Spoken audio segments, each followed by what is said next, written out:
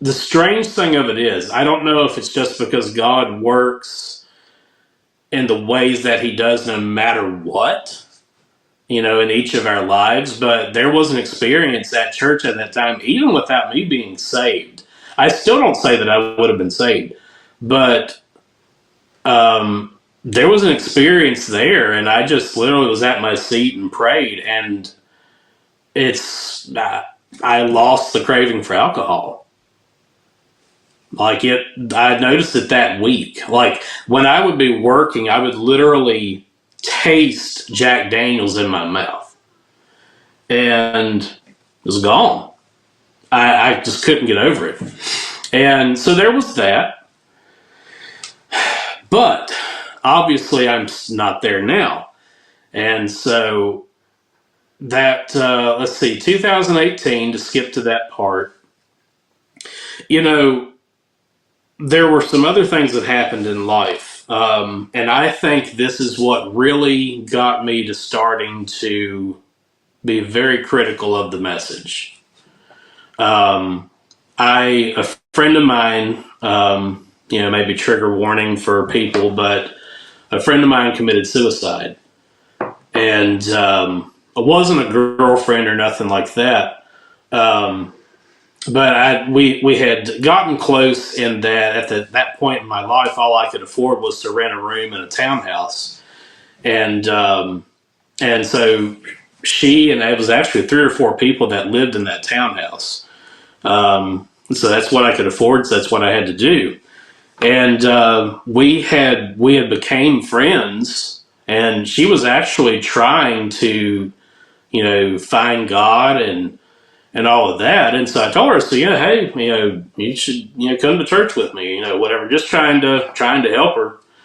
And, long story short, she committed suicide. And I remember it because, I was the one that, helped her family and mopped up the floor of her apartment, like literally, and helped them clean out her apartment. And I think that's when it all just really hit me. Like, why? Because at that point, and this is the thing that message people need to really remember. What you have works because it's in a bubble.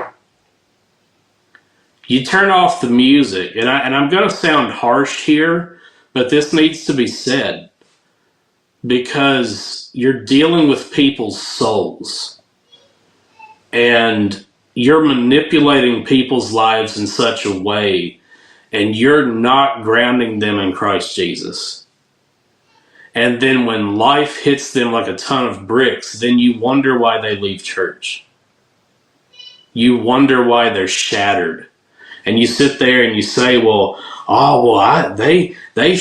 know better. I seen them at the altar. I seen them shouting. I was there. I don't know what's going on with them. Well, it's because they haven't been taught right.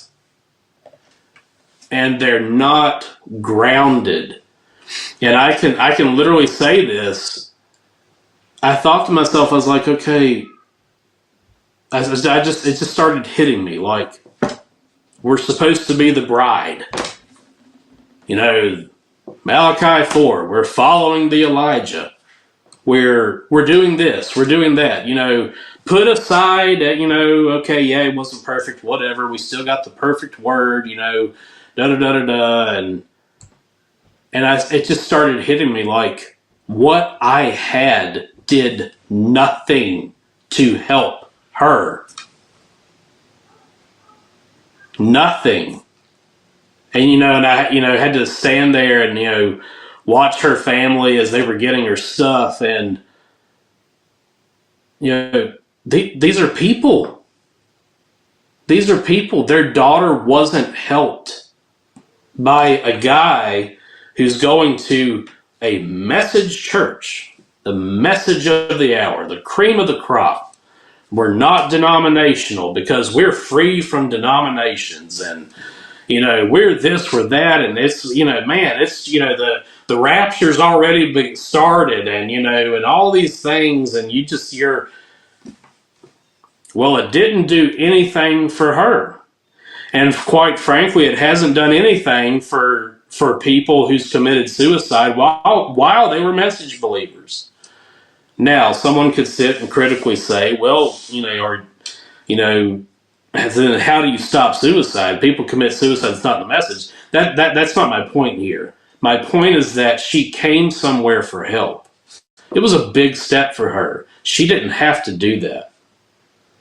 And, most people that come off the street and go into a Message church today, I mean, that's like stepping into another time zone, and so that was a big step. And, just started thinking on that and just started really questioning things. And because I wasn't grounded in a lot of things, I also had a friend that I worked with, and he was an atheist at the time. And we debated one day, well, actually one weekend. I worked some weekend shifts, and we debated literally, it was 12-hour shifts, and for, 31 hours altogether that weekend. We just, back and forth, because we worked side by side. And I didn't have anything to top his arguments. And, and so once again, I just kept feeling like I was fighting with an unloaded gun. It's the equivalent of sending your military against the enemy with guns that jam all the time. Yeah. And so I was just like, okay, what am I doing here?